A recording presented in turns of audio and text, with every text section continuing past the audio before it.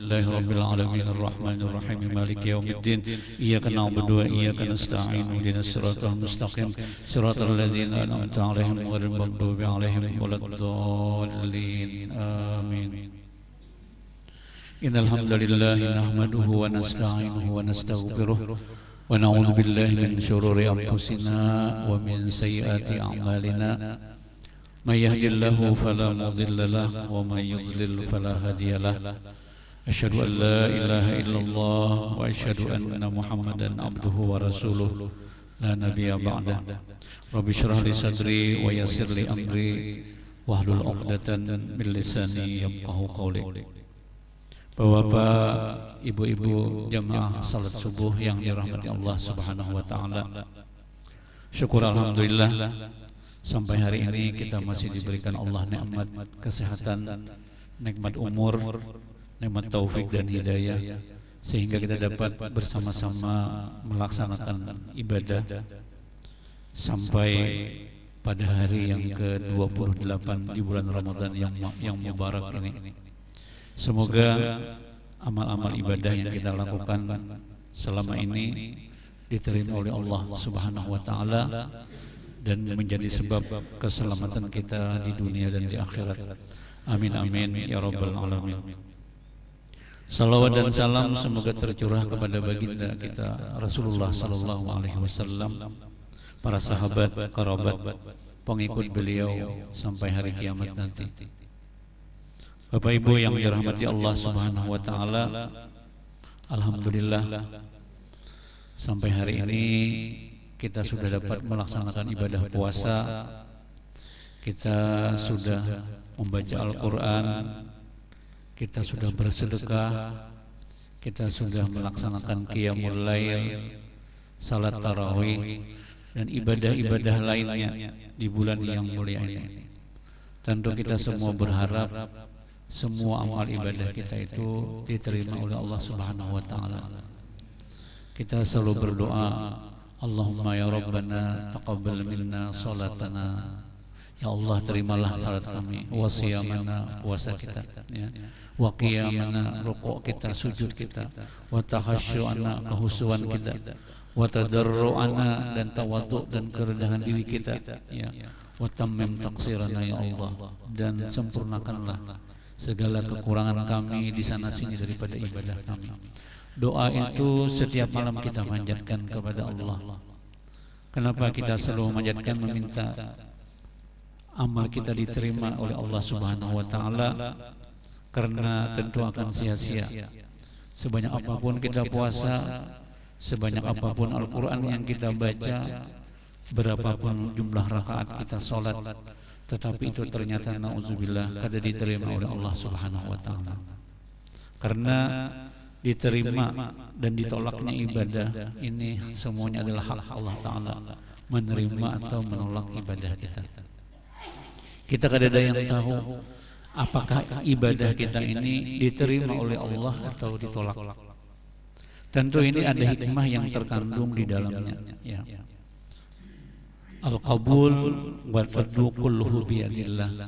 Diterima atau ditolak itu semuanya ada di bawah kekuasaan atau kehendak Allah Subhanahu wa taala. Tidak ada di antara kita siapapun dari kita yang menjamin bahwa amal ibadah kita ini diterima di sisi Allah Subhanahu wa taala. Ada beberapa hikmah.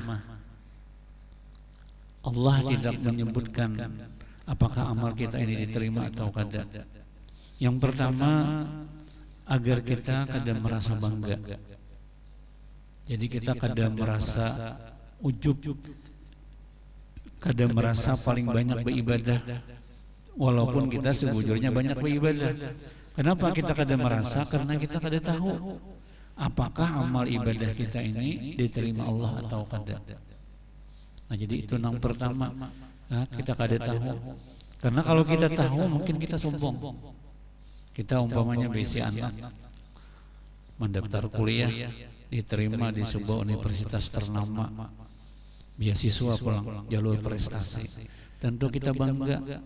Kita sering cerita ke teman, cerita ke keluarga, cerita ke tetangga, anak kita diterima.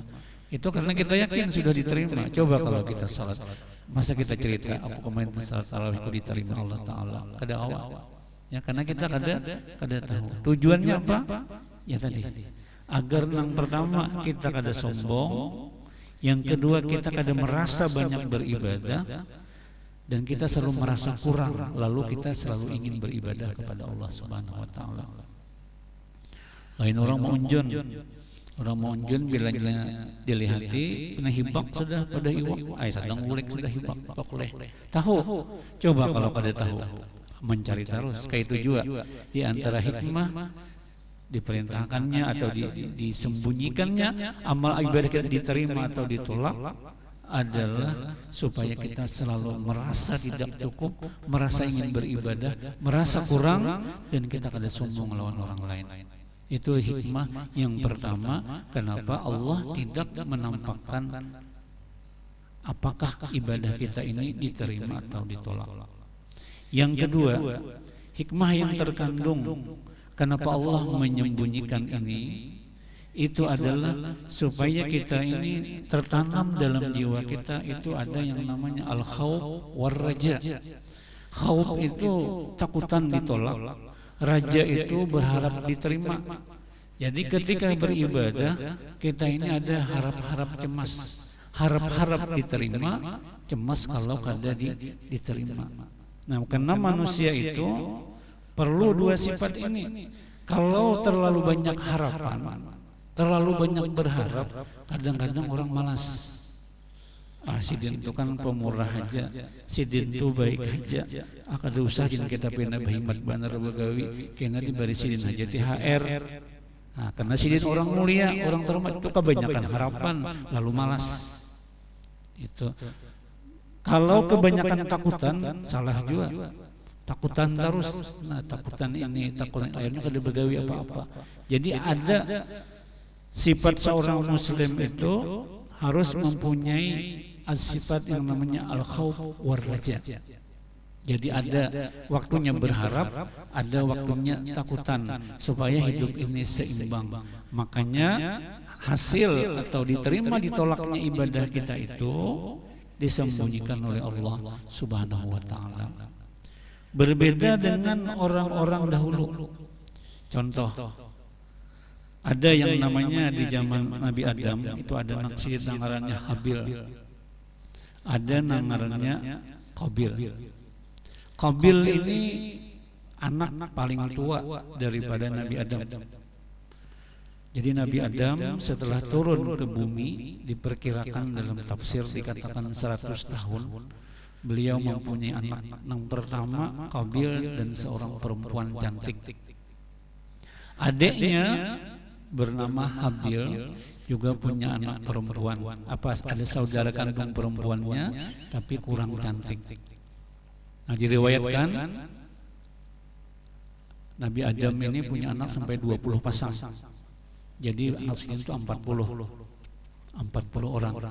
Bahkan dikatakan 41 karena Habil akhirnya terbunuh, lalu dicari lahirlah namanya Nabi Sis, pengganti daripada Habil untuk mengawinkan putri beliau yang dangsananya terbunuh. Nah, Qabil ini punya adik satu yang bareng yang tak imbai lahirnya ini orangnya bungas. Si Habil ini punya dangsanak kada bungas. Di syariat Nabi Adam perkawinan dijadikan perkawinan silang, artinya nang tak imbai lahir itu kada boleh dikawinkan lawan nang tak dudi lahir. Nah, di sini terjadilah pertukaran.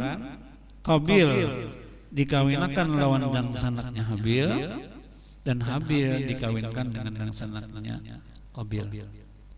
Bagi Habil kada masalah dapat dangsanaknya Qabil nang bungas. Yang jadi masalah ini Qabil dapat dangsanaknya Habil nang kurang bungas. Ujar Qabil, untung dihikam musibah di aku. Habil terima dengan senang hati, ikhlas menerima bungas ya. Nah, si Qabil ini nangkanya jadi masam, artinya pengorbanannya. Akhirnya kada menerima, lalu menolak keputusan itu dan protes kepada orang tuanya, kenapa harus seperti itu. Lalu ujar Nabi Adam kayak ini aja, ikam bersedekah, memberikan kurban, pengabdian kepada Allah Subhanahu wa taala. Siapa yang diterima itu yang mendapatkan. Zaman dahulu hendak bersedekah, kada yang menerima. Jadi disedekahkan, dipersembahkan kepada Allah. Kalau wah ini insyaallah bersedekah banyak ajanah pun menerimakan. Nah, lalu akhirnya Qabil karena sudah bermuka masam, sudah marah, sudah cemberut, ya, mempersembahkan gandum nang biasa nang kada bagus, ya, diserahkan, ditandak di lapangan. Habil dengan muka yang berseri-seri, dengan senang mencarikan seekor kibas yang gemuk, yang sehat, dipersembahkan juga kepada Allah. Ditaruh di tengah lapang, kemudian dipersembahkan kepada Allah. Ini persembahan dari Qabil, ini persembahan dari Habil.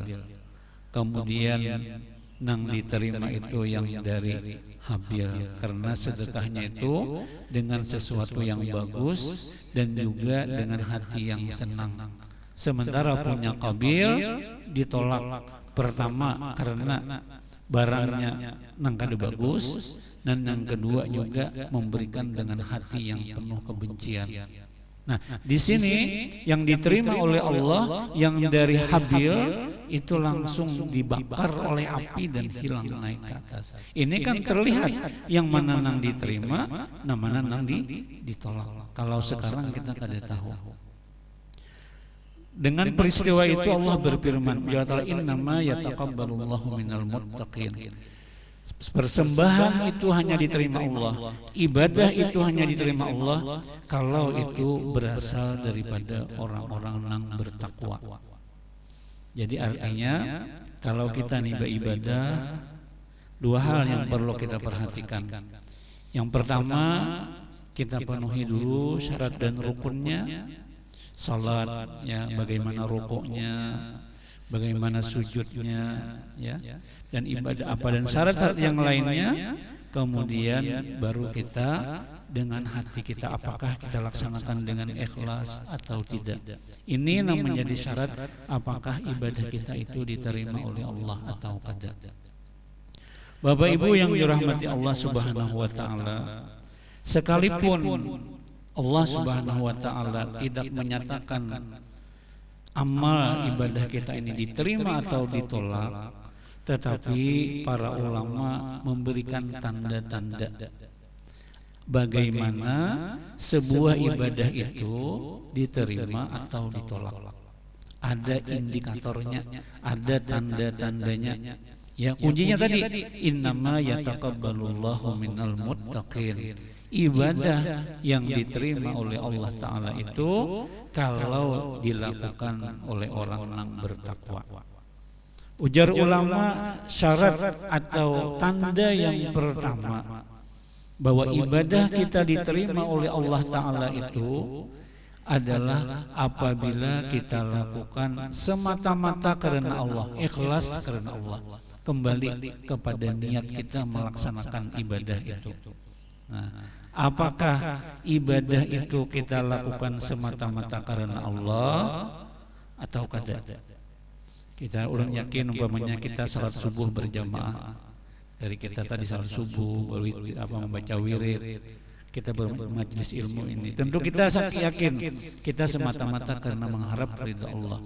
Kalau itu kita lakukan semata-mata karena Allah, maka insya Allah ini pertanda awal atau syarat awal bahwa ibadah kita diterima oleh Allah.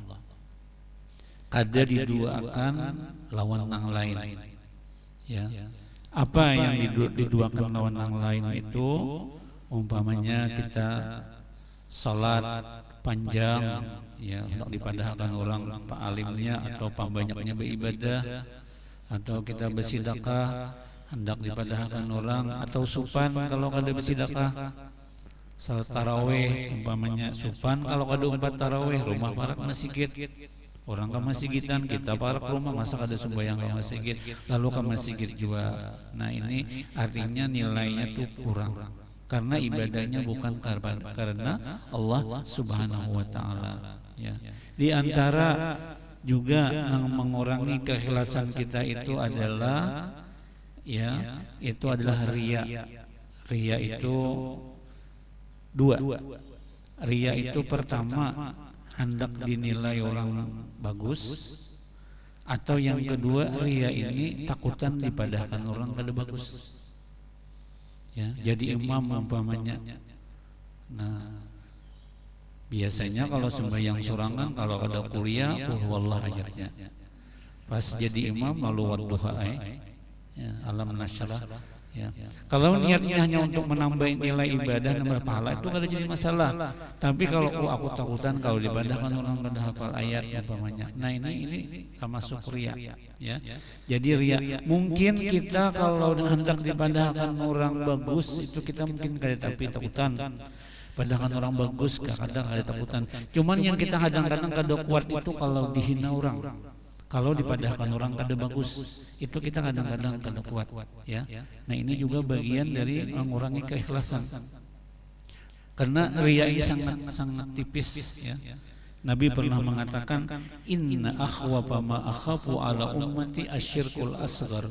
Yang paling aku takutkan Nabi lawan umatku ini sebuting syirik yang kecil.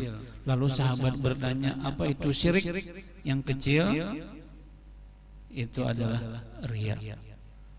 Nah, riya. Nah, mungkin ini perlu kita perhatikan. Kenapa? Karena ulun yakin pian sabaratan di sini kita sabaratan di sini orang angkat tujuh ibadah, orang angkat tujuh amalan. Penyakit itu lahir kepada orang-orang yang beramalan. Kalau orang nang kada sembahyang, nang jarang puasa, nang jarang bersedekah, nang jarang baca Quran, ini kada ada penyakit ini. Nang ada ini nang menimpa kita nang ini nang kana nang kita nang katujuh sembahyang, nang katujuh beribadah, ini godaannya nang luar biasa lah. Kita merasa digoda oleh setan itu riya. Ibadah kita kada semata-mata karena Allah Subhanahu wa taala. Nah, mari dalam kesempatan yang berbahagia ini kita mengevaluasi ibadah kita. Kita luruskan niat kita bujur-bujur karena Allah. Sayang ibadah kita kada tapi banyak kayak orang. Puasa kita kada sempurna kayak orang. Niatnya barang kita bujurkan agar diterima oleh Allah Subhanahu wa taala. Karena seperti yang kita dengar, kita ajak mendengar, innamal a'malu binniyat. Nilai amal kita itu tergantung niat kita. Ya, mari kita luruskan bujur-bujur niat kita hanya karena Allah. Sebagaimana dikatakan dalam hadis Nabi, man shoma Ramadan, man qama Ramadan imanan wahtisaban, hanya karena iman dan mengharap Allah semata-mata, maka Allah akan mengampuni dosa kita. Mudah-mudahan Allah mengampuni dosa kita ya, dan membebaskan kita dari api neraka di 10 hari terakhir di bulan Ramadan ini. Bapak Ibu yang dirahmati Allah Subhanahu wa taala. Yang kedua, tanda bahwa amal ibadah kita itu diterima Allah Subhanahu wa taala, al-mudawamah wasibat wa taufiq li amalis saleh. Mengekali atau istiqamah dalam ibadah, dalam kebaikan, dan menghindari kembali kepada dosa. Jadi tanda yang kedua ini adalah bahwa Allah menerima ibadah kita, bahwa kita ini dapat mengerjakan kebaikan itu kita pertahankan.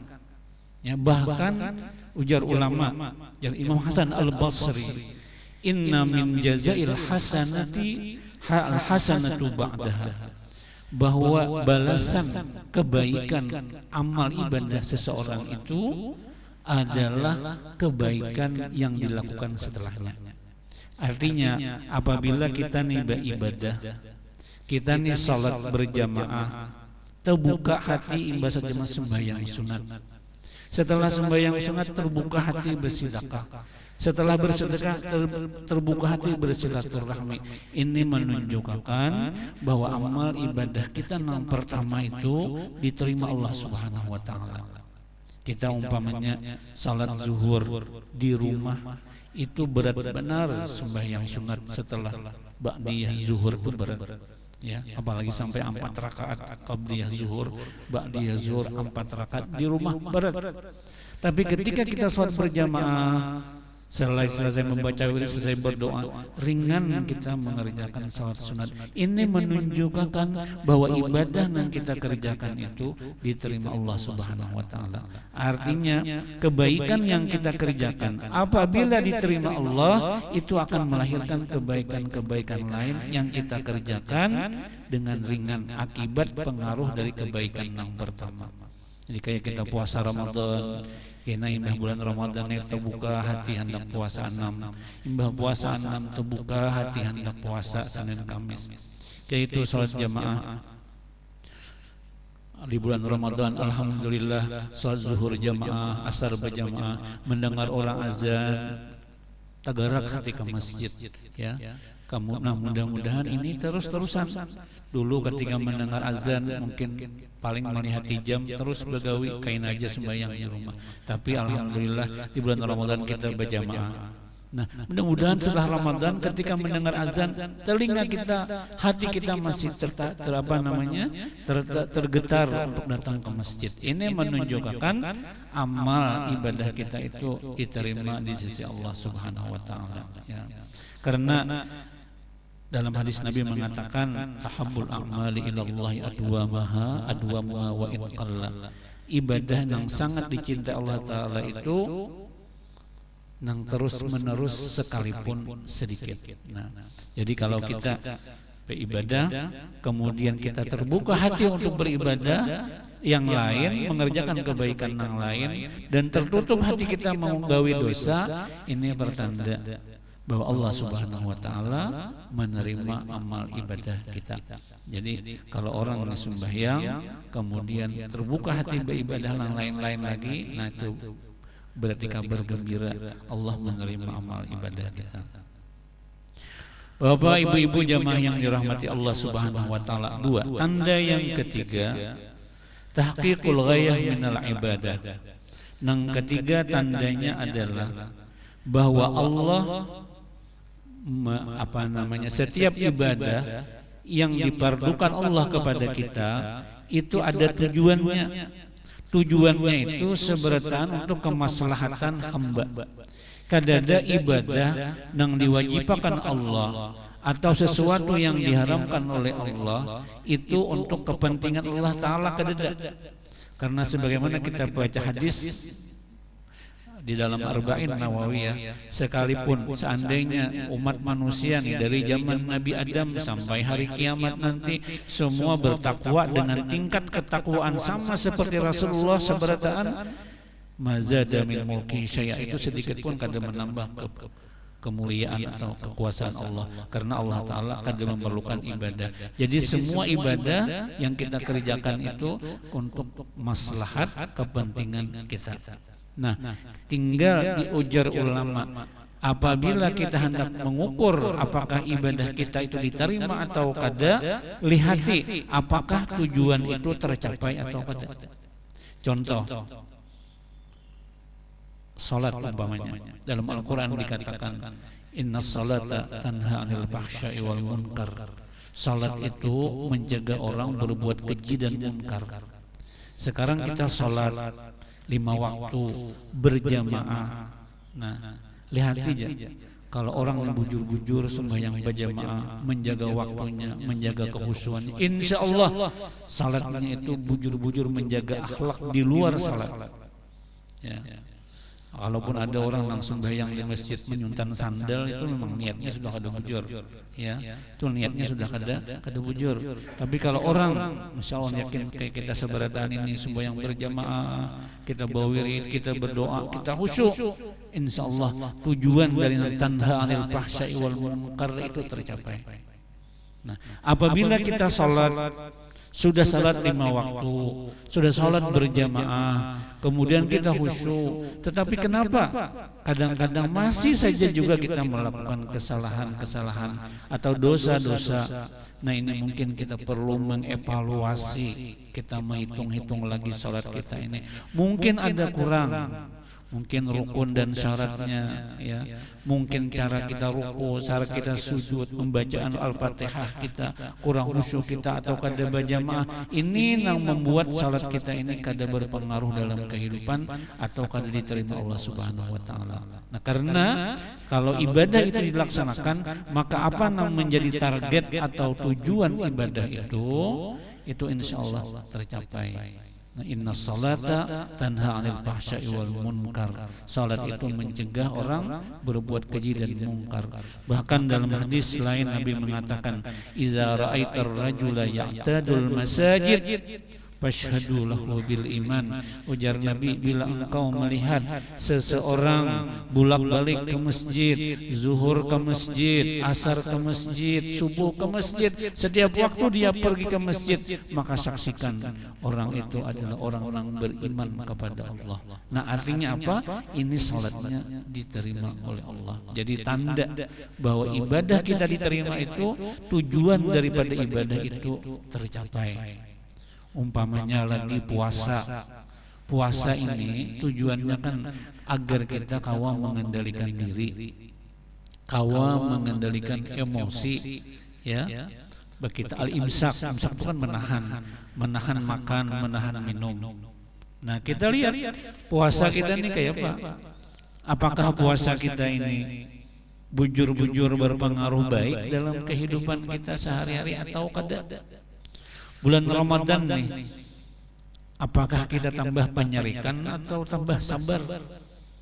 Parut lapar, ya Allah, parut lapar ini cepat sarik biasanya, ya. Nah, kawa kita mengendalikan, nah ini berarti puasa kita terima. Ya, memang perut lapar, dalam burdah kan dikatakan paruba makhmasatin syarrun minat tuhami. Kadang-kadang perut nang lapar itu lebih kejam, lebih jahat daripada perut nang kenyang, ya. Perut kenyang taguring, ya, mengantuk. Parut lapar memikirkan apapun orang. Ini jadi masalah. Nah, mampukah kita dengan puasa kita ini, kita mampu mengendalikan hawa nafsu kita? Bila bulan Ramadan ini ibadah kita semakin nyaman, ya, kita semakin bijak, kita semakin sabar, ya, kita semakin bisa menjaga omongan kita bisa menjaga hati kita.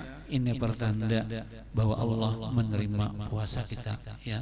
Nah, jadi ini perlu, kalau kita merasa bahwa puasa kita tahun ini biasa-biasa aja, nah perlu dievaluasi. Jangan sampai seperti yang dikatakan Nabi, kam min shaimin laisa min shiyami illal ju'i wal atash.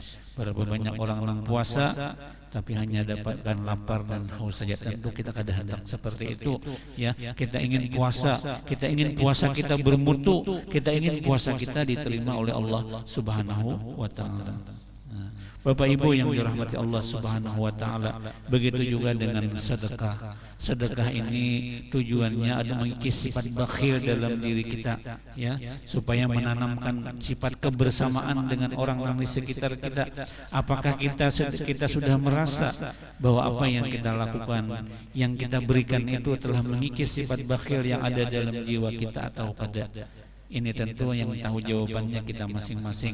Apabila kita mampu, ya, bersedekah kita itu maulah kita, teman itu lebih berharga daripada uang, keluarga itu lebih berharga daripada uang, ya, persaudaraan tetangga itu berharga daripada uang. Ini artinya bahwa tujuan dari sedekah yang mengikis sifat bakhil yang ada dalam diri kita itu mungkin sudah tercapai. Kalau itu terjadi, kita pertahankan. Addu alaihi bin nawajis, kata Nabi. Kalau yang baik-baik itu gigit dengan gigi geraham, jangan dilepas lagi, terus kita tingkatkan. Bapak Ibu yang dirahmati Allah Subhanahu wa taala. Kemudian tanda yang keempat, masih banyak tandanya cuman karena waktu, ya. Tanda yang keempat, yang terakhir yang mungkin sampaikan di sini adalah rasa takut bahwa amal kita itu kada diterima. Nah, kita khawatir, ya. Jadi jangan merasa ibadah, oh alhamdulillah aku banyak beribadah. Nah, bila orang merasa diterima, merasa banyak, itu perlu dicurigai, perlu hati-hati, ya. Kalau kita merasa kurang, ya, merasa diterimakah, kadangkah itu pertanda Ujar ulama bahwa Allah telah membersihkan jiwa kita, Allah telah menerima amal ibadah kita. Nah, Sayyidina Umar radhiyallahu anhu, siapa yang kenal Sayyidina Umar? Nang jar Nabi, bilanya Umar berjalan di satu arah, maka setan pun akan berjalan di arah yang lain. Saking mulianya, saking hebatnya Sayyidina Umar. Ujar Sayyidina Umar, jika seandainya semua orang ditakdirkan Allah masuk ke dalam surga dan hanya satu orang yang masuk neraka, aku takutan, ujar Sayyidina, nang satu orang itu adalah aku. Nah, ini tingginya rasa khaufnya ya. Sayyidina Abu Bakar radhiyallahu anhu, apalagi Sayyidina Abu Bakar. Sayyidina Abu Bakar itu dipuji oleh Nabi, lawuzina imanu Abu Bakrin, jika seandainya iman Sayyidina Abu Bakar ditimbang lawan iman seluruh umat manusia di dunia ini, la rajha imanu Abu Bakrin, iman Sayyidina Abu Bakar itu lebih berat, lebih baik daripada iman kita seberataan. Sekalipun demikian, apa ujar Sayyidina Abu Bakar, seandainya, ujar Sayyidina Abu Bakar, sebelah kakiku sudah masuk ke dalam surga, sebelah kakiku masih belum terangkat, aku masih khawatir aku tidak termasuk orang ahli surga. Apa ini maksudnya? Ini adalah sifat khauf, ya, rasa bahwa ibadah ini belum tentu diterima oleh Allah Subhanahu wa taala. Tentu ini sifat yang baik, asal ini mendorong kita untuk terus beribadah kepada Allah Subhanahu wa taala. Bapak Ibu yang dirahmati Allah, Ramadan tinggal beberapa hari lagi.